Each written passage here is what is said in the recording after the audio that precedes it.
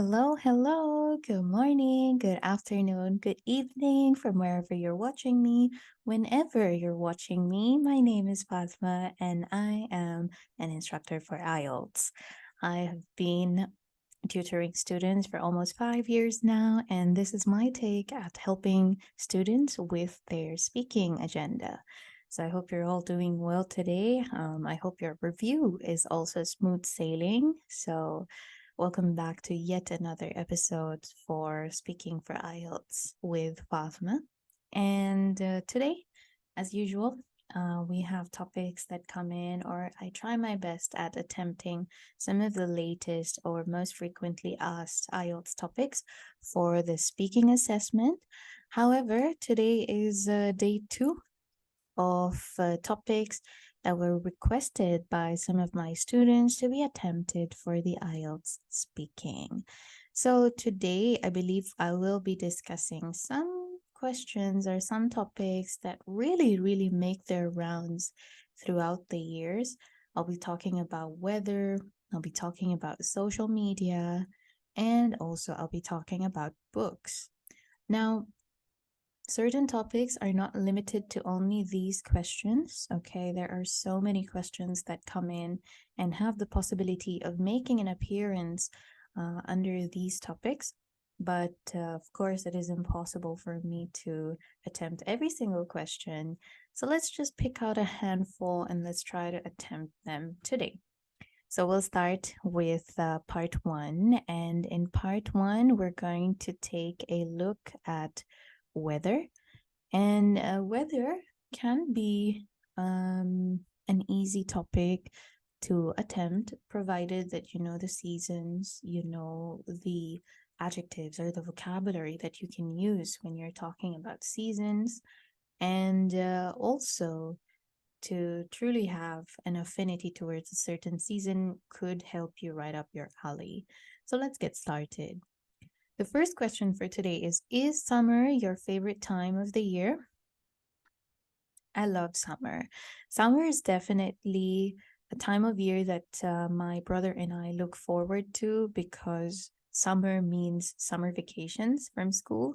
And it is also the time as immigrant children we get to slack off of homeworks and assignments and take a brief reprieve from the country that we're living and go back to our hometown. What do you do in summer when the weather is very hot? We become couch potatoes, my brother and I, and we binge watch Netflix. We probably turn up a documentary, or we end up watching a mystery crime thriller while snacking on ice pops and watermelon slices, even. Apart from that, if we visit our friends in the other city, we tend to take a dip in the indoor pools to cool ourselves and also have a wonderful time with each other. Do you go on holiday every summer?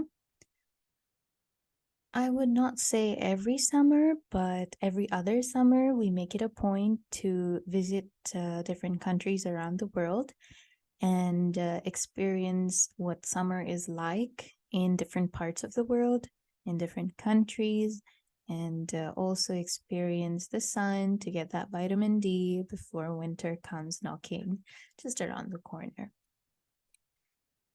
Did you enjoy the summer holidays when you were at school?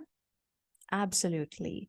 It was time when we had sleepovers, we had pajama parties, we cooked different foods, we stuffed ourselves with junk food, just having a whale of a time, not really bothered about homeworks, no assignments, no deadlines to meet. It's just fun under the sun and lots of binge eating. Okay, so for part one, when you talk about weather, try to associate a particular emotion, a particular scene to a particular season. This will help you to picture out what it's like And it will also bring back memories. It'll bring back brief episodes from your childhood or from your adulthood, whichever was more colorful, and you can talk about it at ease. Always remember that for part one, you don't really have to elongate your answers. A minimum of, or a maximum rather, of 3 sentences per question, depending upon how you explain it, should suffice. So that should be more than enough. Okay. Now, if you think summer is not your favorite year, then um, act, fake it as though you like the weather, because if the first question in your speaking is about summer and you say that it isn't really your favorite weather, then expect that all the other questions are going to be about summer. So we don't want that happening. You don't really want it to be, a reason why you're going to lose points. So try to act like you love summer, like it's one of the best moments of your time, of your life. And honestly, it is the most beautiful moment of your life when you talk about childhood. And all kids actually get summer holidays, and some of them are accompanied by showers, some of them means traveling, for some of them, it's a moment of rest and a moment to reconnect with family members. So, whatever it is that you did in your childhood, perhaps you can talk about that. Okay. Now, we'll go on to part two. And in part two, we're going to talk about one of the menaces to the society, and we're going to talk about social media. Now, social media is such a diverse topic. Just last week, I remember seeing a question that talked about, or that asked students to describe their favorite social media. There was another topic about describe. It was related to something you saw on social media, and that is what I will be discussing today. And apart from that, when it's social media, you have to talk about influencers. You'll probably have to talk about someone you follow on social media, or describe the good and the bad and the ugly about social media. Anyway, for this week, we're going to describe a time you saw something interesting on social media. So, this is a pretty ambiguous question. When you say something interesting, it could range from videos to shorts to reels, to posts to tweets. No, we don't call it tweets anymore, right? Because Twitter is no longer Twitter, it's X. So posts it is. So we'll take a look at something we saw interesting on social media. And you should say when it was, what you saw, where you saw it, how you felt about it, and explain why you think it was interesting. Okay, so there can be a lot of things that you can talk about. You can talk about a recent update in world trends or a current affair, or you can talk about a hot trending topic, even that you had seen on social media. Because let's face it, all of us, you and I, nowadays, get everything from social media. You log into Facebook. If you're following a news channel, then you get the updates of the news around the world. If you're following a particular blog, then you get updates about that particular idea or area of interest from that particular post. So everything, even the weather, is from social media now. So it could be anything. Don't just restrict yourself to social media. It's something that you saw on Facebook, or it's something that you saw maybe on Instagram. I don't know. So we'll try to attempt this, and let's see how I do it. Okay. Since social media is taking the world by storm, there are a lot of things that you see on a daily basis that could amaze you and blow your socks off. But today I would like to talk about an increasingly popular occurrence in such platforms. I want to talk about AI and how people are manipulating AI to create AI generated images. I was, as usual, on my commute to work, I was scrolling through my Instagram and I happened to stumble upon a picture that was completely generated by artificial intelligence. It was the picture of a very famous personality, an internet personality who passed away a few years ago. But in the picture, she was cradling a child and was watching TV in their living room. And honestly, when I saw that picture, it gave me goosebumps. Um, to see someone who, left this earth long time ago being recreated with artificial intelligence in a certain scenario was both harrowing yet at the same time intriguing because technology has advanced so much that it has become very easy to manipulate what you can believe or what you are forced to believe on social media. As I said, I had goosebumps on my flesh when I saw the picture. But apart from that, I felt like a sense of privacy and a sense of respect that you need to give to the dead was violated by the creator. But we can't really blame any particular person since this is generated by AI. And I'm on the fence about this, although it could be a sense of reprieve. It could be a sense of belongingness for people, her fans, or her loyal friends who adored her. At the same time, it's as though concerning, as if it's concerning what artificial intelligence could do and how social media could be manipulated in the years to come. Okay, so there you go. That was completely made up, by the way. I don't know what I was talking about, but I definitely used elements from what I had observed in my social media platforms recently. We have AI generated images of people put in scenarios. So it was kind of intriguing and upsetting also at the same time, which is why I said harrowing and intriguing. So you can use that particular concept as well. Okay, now we move on to part three. And in part three, we're going to talk about books. So, as you know, books is again a very diverse topic. They can ask you multiple questions, and most often we get questions like the last one over there: do you prefer to read hard books or electronic books?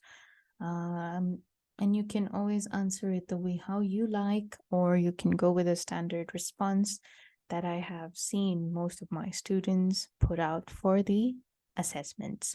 So let's take a look at some of the other questions first. What kind of books are considered good reads in your opinion?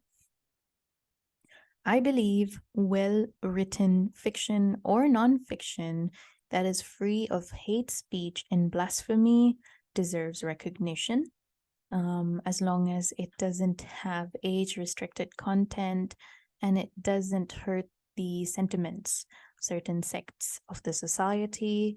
I would really consider it a good book. Although certain books actually, when they are translated, they're lost in translation, understanding and knowing a little bit about how that particular language works might really give you good insights and also open your opinions to more books. Do you think that people read nowadays as they did in the past. Um, a part of me wishes it could agree, but unfortunately, due to the advent of technology and widespread social media platform usage, I would say people no longer read quality content apart from posts on social media anymore. People think twice before they pick up a hardback or before they pick up something or they, purchase something online like an ebook. So I would say no. The reading habits are constantly declining, and it's quite disappointing to see. I just had a blank out moment there. Okay, next question. How our reading habit changes as we grow up? Why does it happen? Hmm. As a child, reading was one of the requirements as homework, and you constantly had supervision, making sure reading is done on time.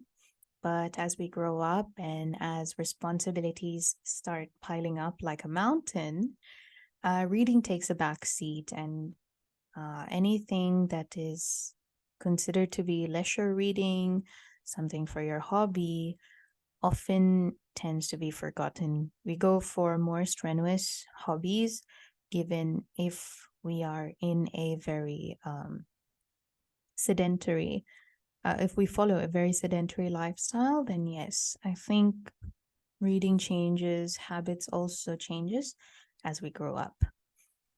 The last question. Do you prefer to read hard books or electronic books? Why? Without a doubt, it's a no brainer that I prefer hardbacks over electronic books because having a hard copy doesn't really require you to make sure you have enough charge. It is not something you have to stow away when you are traveling. And it's also a statement piece, similar to how other people have watches, jewelry, or handbags as statement pieces. I proudly carry books as statement pieces. Hardbacks also bring a very distinct smell uh, between the pages, which is absent in ebooks, in e readers. And apart from that, I love to annotate by hand. So I would say hard copies take the trophy. They take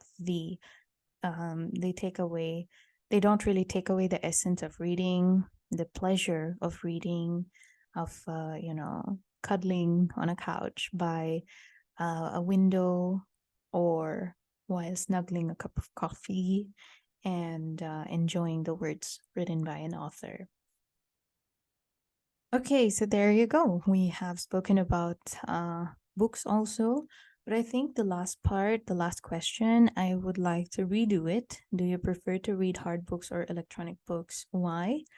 An alternate response for me would be that I prefer ebooks, e-readers, because they are very convenient, they're portable, and do not require a lot of physical space to store. Books are generally just 2 megabytes or 3 megabytes in size as compared to hard books, where you need a physical shelf, you have to protect it from weather, and there's a chance of wear and tear when you start reading the books quite often. Apart from this, it is increasingly available. Books are increasingly available on the internet. Some books might be banned, some of them might not be available in your geographic location. So that is why I believe that it is much more convenient to use electronic books rather than hard books.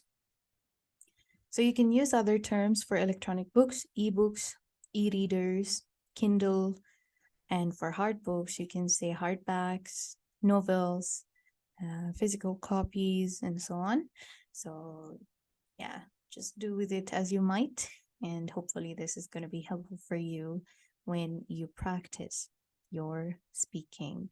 And I've also noticed an error here, so please don't mind. It says part two, part two books, but this is actually part three of books. So there I have modified it and I've edited it in real time. So you'll know that this happened for real. Okay, so I believe we can wrap up this episode for books. Actually, not books, for speaking. So, thank you very much to all of you who have been hearing me and listening to me rant so far. And a big shout out to my students. They're really, really a constant support, and they're also testament to why I do this. So it's a huge shout out to them. If you're hearing this, just say hi or drop a comment, and I'll be so happy to see it. And as always, I hope you start reviewing. Well begun is half done. So there's always that limitation, and there's always that reservation that you couldn't really do your best because you haven't started.